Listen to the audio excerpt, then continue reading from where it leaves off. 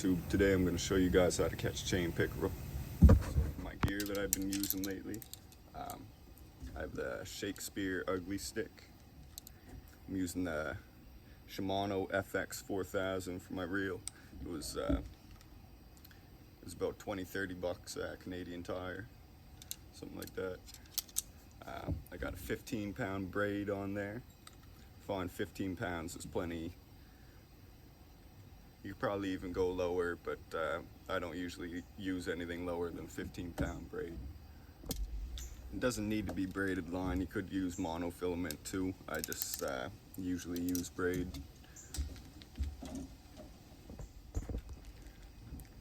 So chain pickerel have really sharp teeth. So they're really good at biting through your line.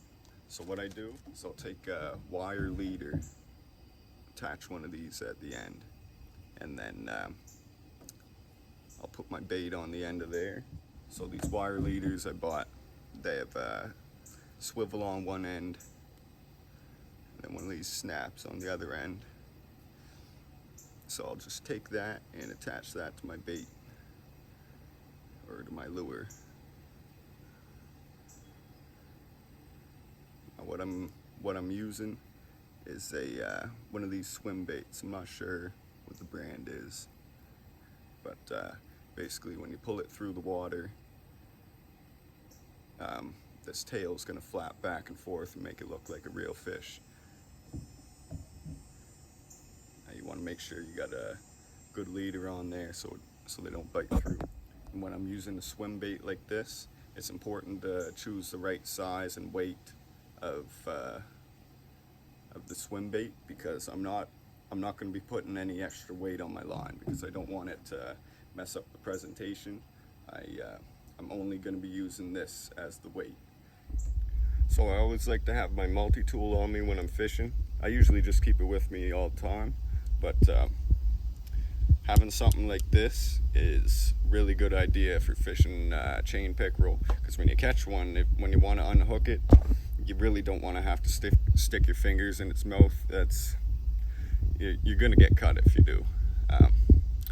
So always remember, have some kind of grabbing tool that you can pull the hooks out without having to stick your hand in. There's two of them in there. You always want to bring a pair of pliers for unhooking these guys.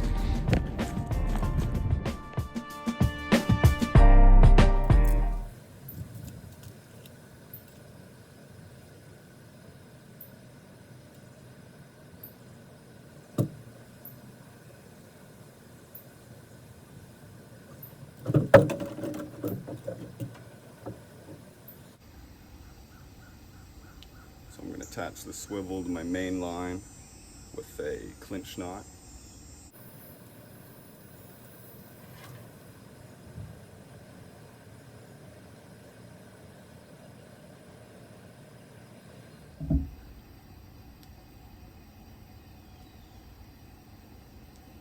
Alright, so this is it. Got my main line attached to the leader, attached to my swim bait. That's it.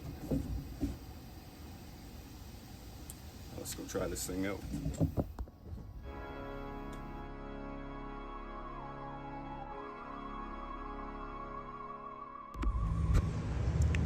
Alright, now I'm out here at a pond that I know has chain pickerel in it, so let's go catch one.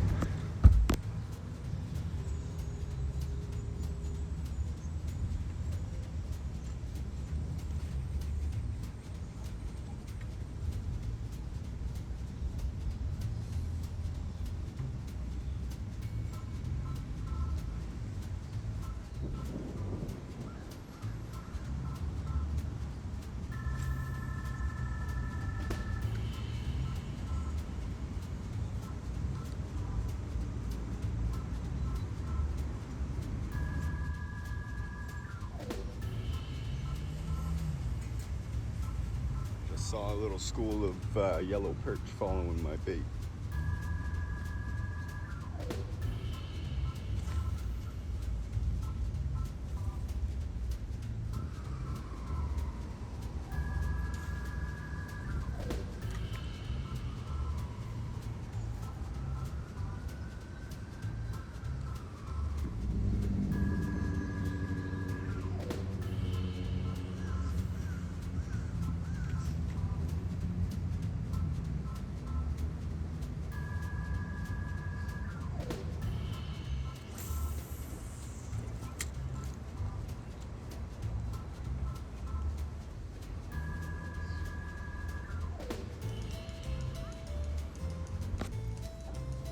So the reason I like to use these swim baits for chain pickerel is that these guys will basically attack anything that moves, and the swim baits, when they move, they have you know, a realistic looking movement to them, right?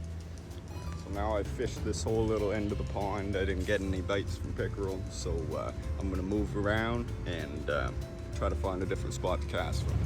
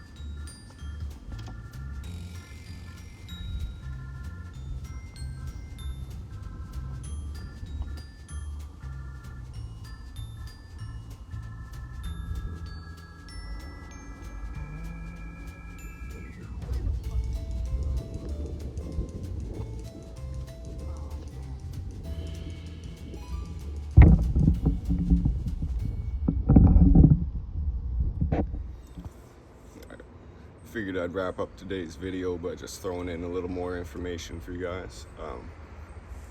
So you don't have to use swim baits like I was using. There's so many other different baits out there that you could use. I wouldn't recommend all of them. Like, I probably wouldn't use a very heavy jig, because you know that might get caught on the bottom. Chain pickerel, they usually like to be swimming in fairly shallow water, because they're ambush predators. You know, that's why I often go for cast along the shoreline, because often they're right there in the shallow part of the water looking for fish to eat, right? Or just hiding out waiting for something to come by. So you can use a lot of different baits. You can use crank baits, you can use topwater lures, poppers, soft plastics, you can use spoons, what else are there? Spinner baits, you can use plugs, you can use frogs, you can pretty much use anything that you can attach to a wire leader that isn't just gonna sink right to the bottom and get stuck.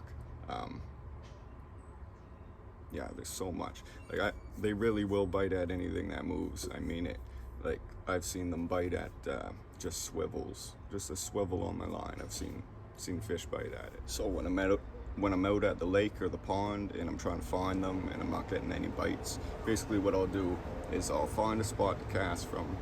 I'll cast in one direction 2 or 3 times. You know, the first cast, they might see it, and they might, you know, sometimes they're a little slow, they're a little hesitant. They'll see it, but they'll be like, I don't know what that is, right? Second time it comes around, it might feel a little more brave. You might get the strike then. Or maybe it'll go for it and it misses it, but the second time it comes around, you're gonna get it. So I usually give it 2 or 3 casts, and then if it hasn't got it on the 3rd cast, I'm just gonna move on, you know, because it's probably not interested. A lot of the time you'll cast in front of them, and sometimes they just get scared of it. They'll just sit there, you know, or they'll swim away. But when you're reeling it in, always watch your bait, because right behind it there might be a fish following it, and you want to see what's following it, what's interested in your bait, right? So here where I fish for them, here in Nova Scotia, they're actually considered an invasive species. So we have a bag limit of 100 chain pickerel. We're allowed to keep 100 of them. I can't catch 100 of them in a day, but you know, basically whatever I catch, I'm allowed to keep. But I did want to mention that if if you plan on doing catch and release, treble hooks aren't very good for catch and release. It's really hard to unhook them safely without hurting yourself or the fish in the process. Because they're going to flop around a lot, and if you're not planning on catch and release, it's not such an issue, but if you don't want the fish to be harmed, I wouldn't use a treble hook. It's probably not the safest for the fish. It's gonna cause the most damage probably. So now here are some examples of some baits that I have that all of these would probably work. Like we got the plastic baits here. And we got one of these guys. Now as we go down, these guys get more expensive.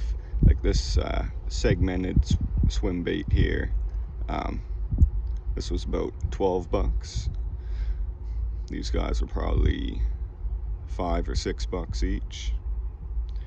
And then, even just a cheap one like this'll work fine. But after a few uses, they'll probably bite right through it. Now, if you're worried about using plastic lures like this, there is actually a biodegradable alternative, which I would recommend because, the less plastic we leave in the water, the better, right?